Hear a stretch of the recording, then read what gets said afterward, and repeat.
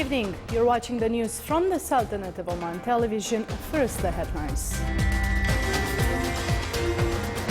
Search teams find parts of the debris from the missing Egypt airplane 290 kilometers north of the coastal city of Alexandria.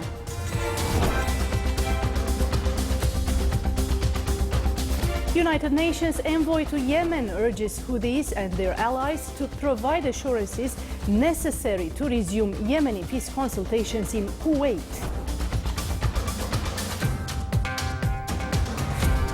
And United Nations special envoy to Libya renews calls to Libyan rivals to overcome their differences and speed up the political process.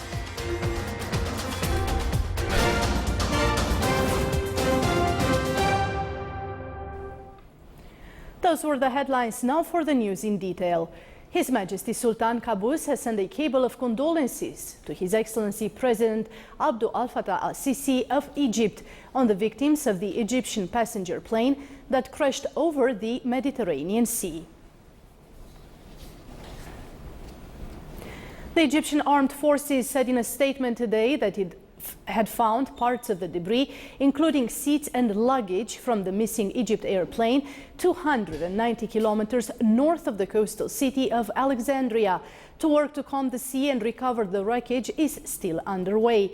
The Airbus A320 en route from Paris to Cairo disappeared from radar screens yesterday at 2:45 a.m.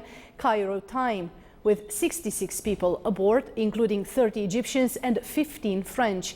The Egyptian Civil Aviation Ministry said Egypt, Greece and France were all involved in the search for the plane. The State Department said U.S. Secretary of State John Kerry today told Egyptian Foreign Minister Sameh Shoukry the United States would continue to pledge support for the investigation and search of the Egypt airplane that went missing over the Mediterranean.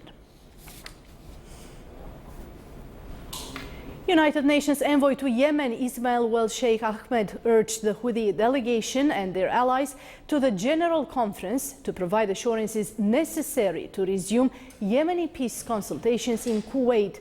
The envoy urged all rival parties to intensify efforts to come up with a comprehensive political deal capable of serving all parties involved. During his meeting with the representatives of the Yemeni government delegation, Wel Sheikh Ahmed emphasized the necessity of all sides to abide by international references, calling on the government delegation to be patient and flexible. At least 21 civilians, including 7 children, were killed in government airstrikes that targeted several towns in central Syria. According to the Syrian Observatory for Human Rights, 14 civilians, 4 of them children, were killed when a barrage of barrel bombs hit the town of Al-Hula and neighboring villages. The Syrian Observatory also said 7 civilians, 3 of them children, were also killed in government airstrikes on the besieged town of Rastan. On Wednesday, 13 members of the same family, including 8 children, were killed there in government bombardment. NATO Secretary General said that the alliance could expand its support for the US-led fight against the Daesh militant group in Iraq and Syria with the deployment of sophisticated surveillance aircraft. Jens Stoltenberg told a press conference at NATO's Brussels headquarters that the alliance's AWACS monitoring aircraft could be flown over NATO territory and international airspace to help the fight against the militant group. In February, the alliance agreed in principle to a US request to deploy its AWACS air surveillance aircraft to help in the fight against Daesh. Bolstered by US airstrikes, Iraqi ground forces have recaptured the western town of Rutba after Daesh militants who had occupied the town for nearly 2 years fled or put up only light resistance. Taking Rutba from Daesh will allow the reopening of the main road from Amman to Baghdad. Beyond the recapturing of Rutba, US officials were focused mainly on preparing Iraqi security forces for an assault on Mosul, which is Daesh's main stronghold in Iraq.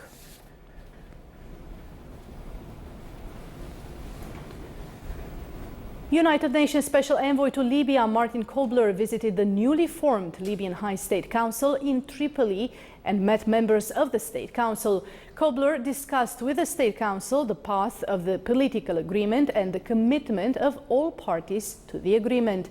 The UN political agreement aims to create a new unity government in Tripoli and the divide between the rival parliaments, and Tobruk and Tripoli between governments and military coalitions, and give the international community a partner for its battle against the Daesh militant groups affiliate in Libya and human traffickers.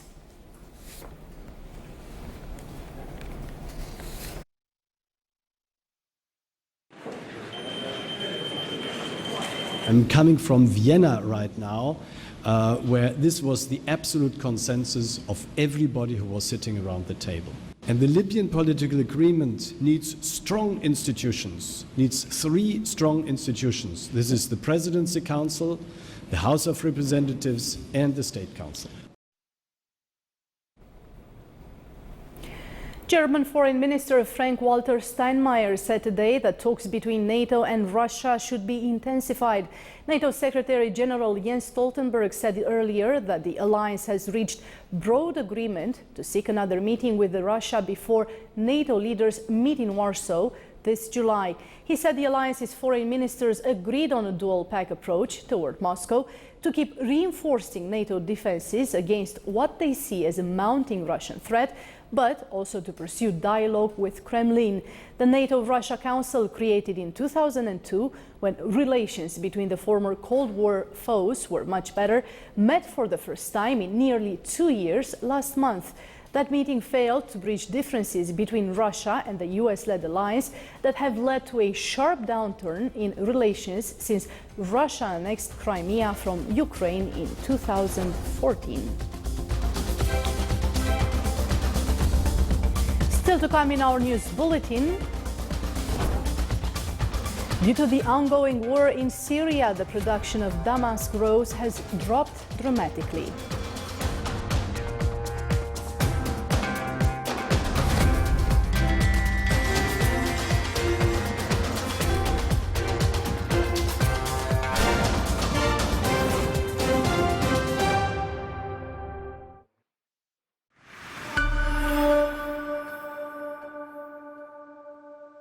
أنا عريس الشام، ولاد دخيل رب الشام، ودخيل رب اللي خلق الشام.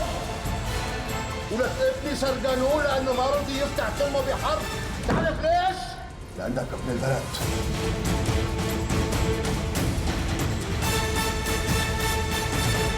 في رمضان.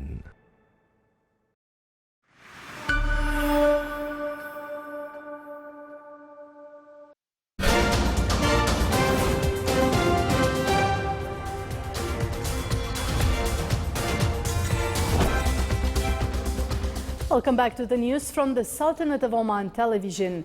In Nairobi, Kenya, buses known as matatus are attracting passengers with their graffiti and pop music. More details in the following report. In Nairobi traffic, these buses are king. Matatus weave through jams with style. Some 18,000 of these vehicles crisscross the roads, trying to outdo each other in a bid to attract young passengers. Pimped up bodywork covered in graffiti and roaring engines. The more eye-catching and noisy, the better.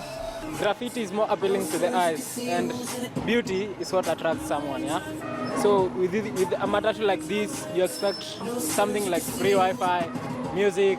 Like a cloth, you like the better cloth, so you have to make it better so that you attract the customers. Wi-Fi, plasma screens and deafening music. Matatus are clubs on wheels.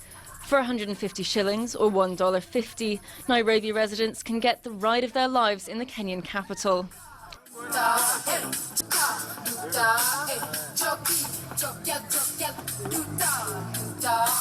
At the wheel, matatu drivers zigzag through chaotic traffic. Part rock star, part bad boy, they're often a hit with the prettiest girls in town. I'm not the one who always tell them sit here. They like us. Their choice. Their choice. They like us.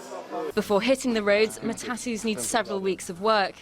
The best graffiti artists in Nairobi get involved, and a good design means a spot in the prestigious weekly ranking of the city's coolest matatus. It's a sizable investment. All in all, a matatu owner needs to invest almost $70,000, and it takes about 2 years to cover the cost. Matatu sometimes is for satisfaction, and probably you get more customers because of the pimp matatu, because of especially the young lads. Then again, some travellers choose classic matatus over their pimped-up counterparts. A calmer ride that sets you back just a fraction of the price. Oman oil price July delivery reached $46.07. Dubai Mercantile Exchange said that Oman oil price rose $1.27 from the price of yesterday, $44.80. The average price of Oman oil June delivery has stabilized at $39.40, thus $3.06 per barrel higher than May delivery 2016.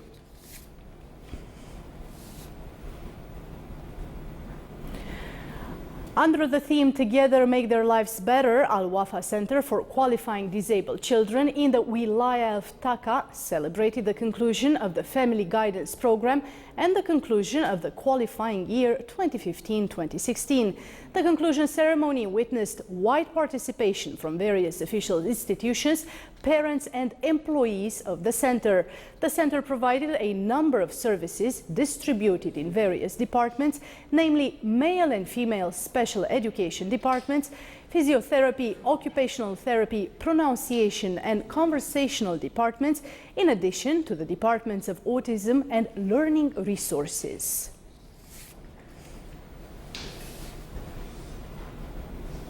A family forum was held in the Wilaya of Marbat in the governorate of Dhofar.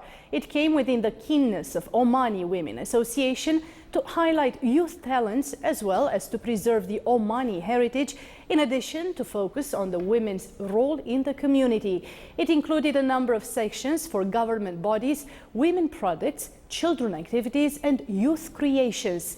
It also aimed to market various products and traditional crafts that are well known in the Wilaya. The event also witnessed a participation from the Environment Society of Oman to introduce its projects and spread awareness on preserving the environment.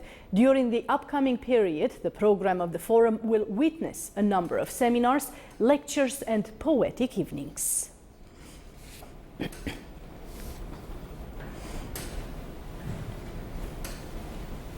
The Ministry of Education held a ceremony in Muscat to honor the students who passed the exams in German and French languages.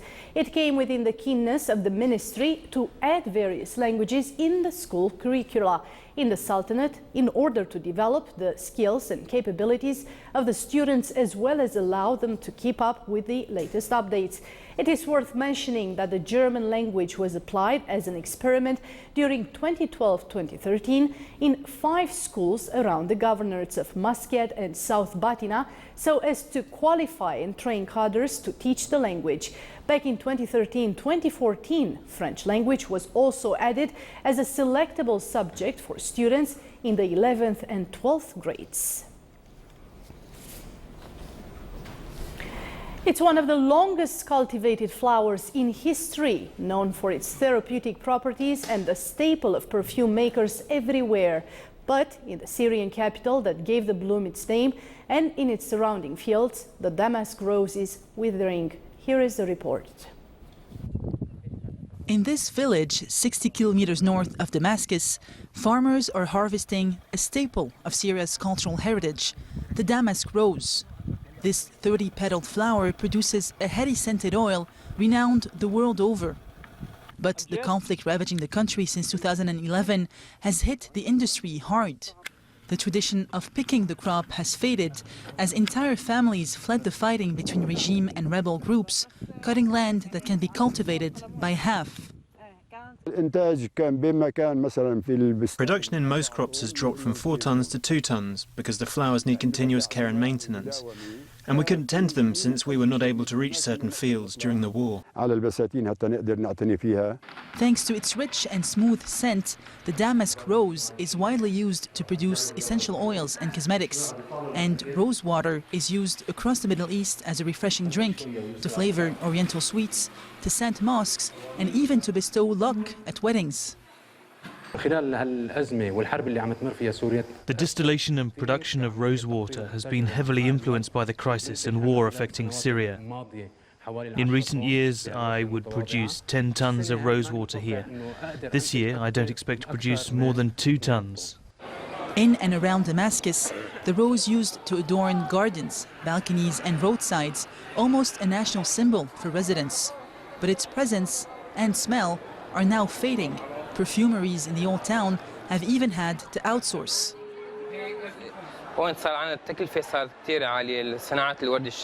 The cost of production of the damask rose has soared in Syria, so the rose is now being cultivated abroad.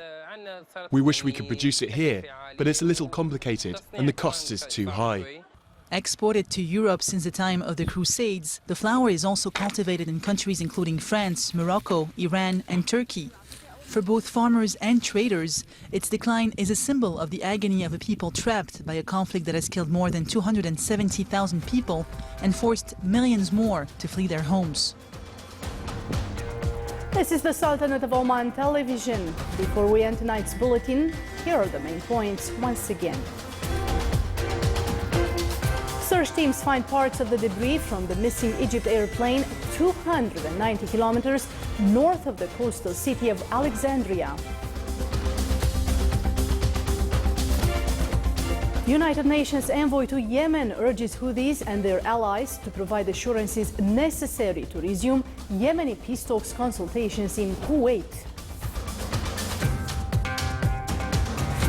And United Nations Special Envoy to Libya renews calls to Libyan rivals to overcome their differences and speed up the political process. With that, we come to the end of tonight's news bulletin. From all of us here at the newsroom and the studios, it's good night.